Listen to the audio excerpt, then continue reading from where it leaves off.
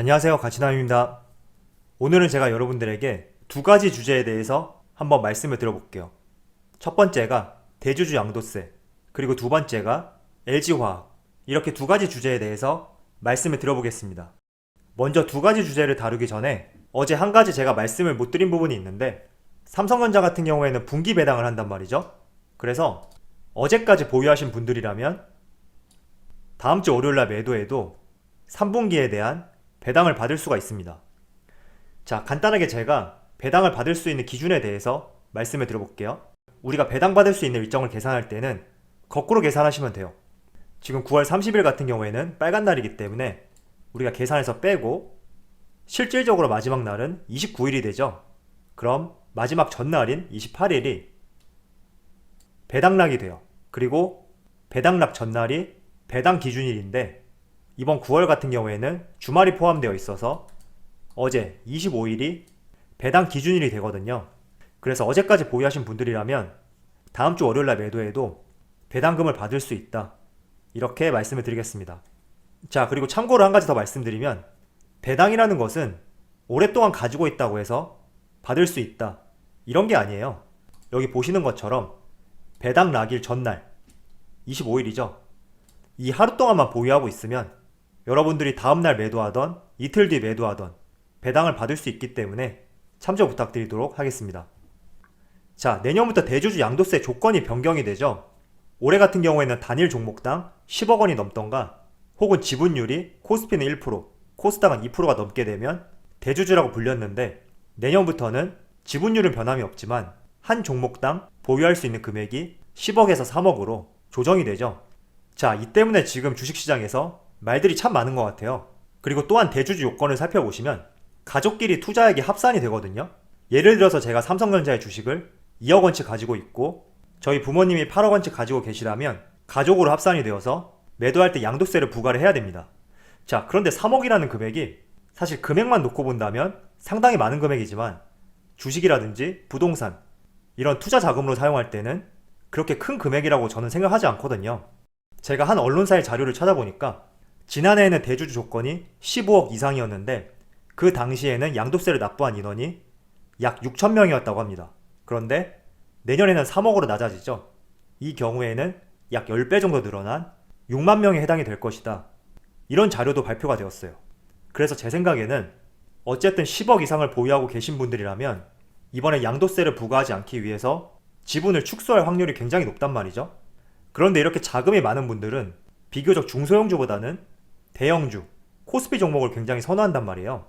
이런 점을 봤을 때 행여나 대주주 양도세를 피하기 위해서 올 연말에 매도 물량이 나오게 될 경우에는 시가총액 상위 종목 위주로 대주주 물량이 나올 수 있다, 저는 그렇게 생각하고 있습니다. 자, 그런데 대주주의 물량이 지속적으로 나오면서 주가가 하락하게 된다면 중소형주도 영향을 받을 수밖에 없겠죠. 어쨌든 코스피 지수가 떨어질 수 있기 때문에 이런 점도 한번 생각해 보시면서 올 연말에 대응을 해주셨으면 좋겠습니다. 자, 일각에서는 외국인과 내국인의 대주주 양도세에 형평성 문제가 있다, 이런 의견이 제기되더라고요. 그런데 저는 이 부분보다 증권거래세가 역대 최대치를 기록할 것이다, 이런 전망이 있는데 굳이 양도세 기준을 강화할 필요가 있을까? 이런 생각이 들더라고요. 여기 기사를 보시면 지난해 12월부터 9월 18일까지 주식시장의 거래대금은 4,030조를 기록했고 하루 평균 약 20조가 조금 넘는 금액이라고 합니다. 그리고 이 금액 같은 경우에는 지난해 같은 기간과 비교했을 때 무려 약 120%가 많은 금액이라고 합니다. 그리고 지난해에는 증권거래세가 약 4조 4,700억 원이 거쳤는데 올해 같은 경우에는 약 8조 8천억으로 2배 정도 늘어날 것이다, 이런 전망이 있어요.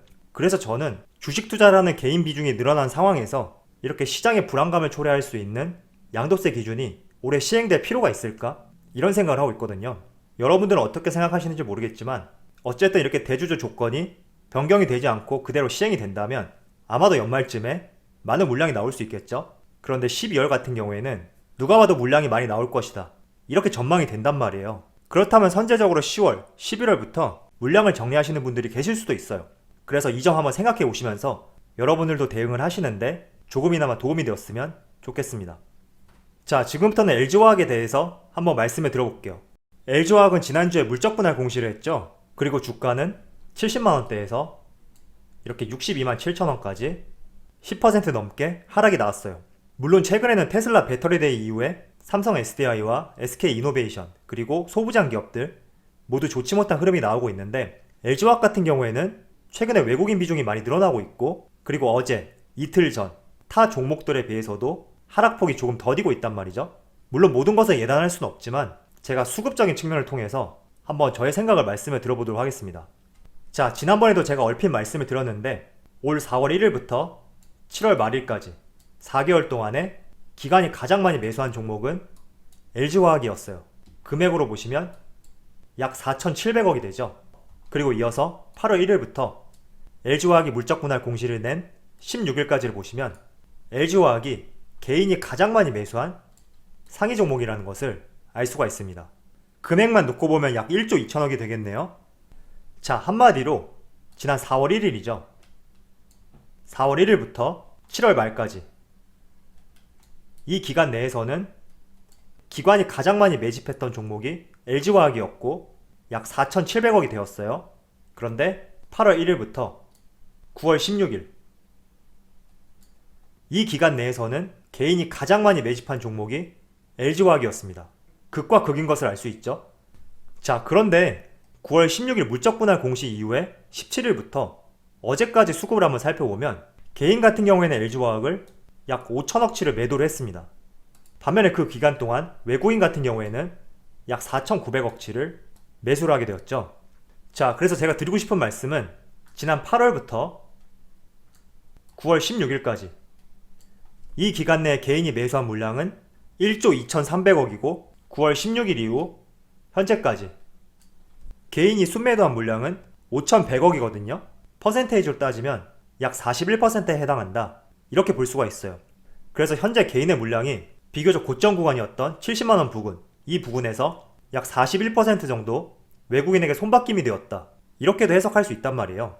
자, 그런데 이 기간 내에서도 순매수한 개인들이 있을 거예요. 그렇지만 제가 말씀을 드리지 않는 이유는 전체적으로 봤을 때 이 기간 내에서는 개인의 순매도 비중이 더욱 컸거든요. 그래서 결국 현재 나오는 물량은 고점에서 많이 매수했던 개인들의 물량의 가능성이 상당히 높다. 이렇게 볼 수가 있어요. 그래서 저는 지금 테슬라가 배터리데이 이후로 실방 매물이 많이 나오고 있단 말이에요. 그렇다 보니 테슬라뿐만 아니라 전기차 배터리 3사 그리고 2차 전지 종목들 흐름이 다소 좋지 못한데 이런 실방 매물들이 조금 정리되고 어느 정도 고점 부근에서 매수했던 개인들의 물량이 손바뀜이 이루어진다면 다시 한번 상승할 수 있는 시점은 오지 않을까 이렇게 생각하고 있습니다. 또한 저는 개인적으로 4월부터 7월 말까지 이 기간 내 LG화학을 가장 많이 매수했던 주체가 기관이기 때문에 정말 더 하락이 나온다고 하더라도 기관이 매수했던 금액대까지 내려갈까? 이 점을 생각해 봤을 때는 조금은 의문이 드는 것은 사실입니다. 자, 그리고 최근에 모건 스탠리에서 LG화학을 매수해라 이런 입장을 밝혔어요. 약 한두 달 전인가요?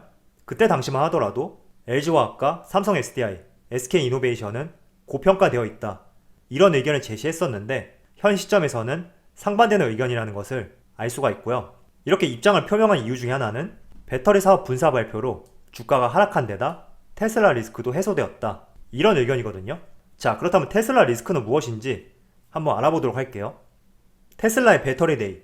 테슬라 배터리데이에서 우리가 하나 우려하는 부분이 있다면 2022년 이후부터는 배터리의 원가 비중을 절반으로 낮출 것이다. 이런 발표를 했었죠. 그래서 우리나라 기업들도 마냥 안심할 수 있는 부분은 아니지만 전반적인 내용을 놓고 본다면 우리나라 기업 입장에서 부정보다는 긍정에 가까웠던 내용이었다고 저는 생각하고 있거든요. 자, 테슬라 배터리데이에서 일론 머스크가 이런 말을 했어요. LG화학과 협력을 더욱 강화할 것이고 니켈 배터리에 힘을 실겠다. 이런 발표를 했어요. 자, 그럼 니켈 배터리가 무엇이냐? 지금 현재 사용되고 있는 배터리는 크게 두 가지로 나뉘거든요. 여기 아래 보시면 LFP가 있고 NCM이 있어요. 리튬, 철, 인산 각 원소 기호의 알파벳을 따서 LFP라고 불리거든요. 그런데 LFP 같은 경우에는 중국의 CATL 기업이 주로 사용하고 있는 방식이에요. 그런데 국내 3사 같은 경우에는 CATL과 다르게 니켈, 코발트, 망간, NCM이라고 하죠. NCM 방식으로 배터리를 제작하고 있습니다. 두 가지 차이점이 있다면 LFP 같은 경우에는 가격이 조금 저렴한 반면에 화재에 취약하다는 단점이 있어요. 그래서 우리가 테슬라 배터리데이를 앞둔 시점에 가장 우려했던 부분 중에 하나가 혹시나 테슬라가 CATL의 배터리 방식 LFP 쪽으로 힘을 실어주면 어떡하나 이런 우려감이 있었는데 오히려 니켈 함량을 높인 배터리를 개발하겠다 이런 발표를 하였단 말이에요. 결국 CATL보다 국내 3사 기업이 수혜를 받을 수 있는 하나의 포인트다 이렇게 볼 수가 있습니다. 그래서 저는 현 시점에서 앞서서 말씀드린 수급적인 측면을 봤을 때도 LG화학의 주가 하락은 물론 더 나올 수 있지만 제한적일 수 있다 이렇게 생각을 하고, 또한 테슬라 배터리데이를 통해서 국내 3사를 비롯한 LG화학의 입지가 더욱 올라가지 않을까 이렇게 생각을 하고 있습니다. 자, 지금 자료를 보시면 테슬라 배터리데이 전부터 전기차 배터리 시장은 2022년이 되면 수요가 공급을 역전할 것이다 이런 전망이 지배적이었어요.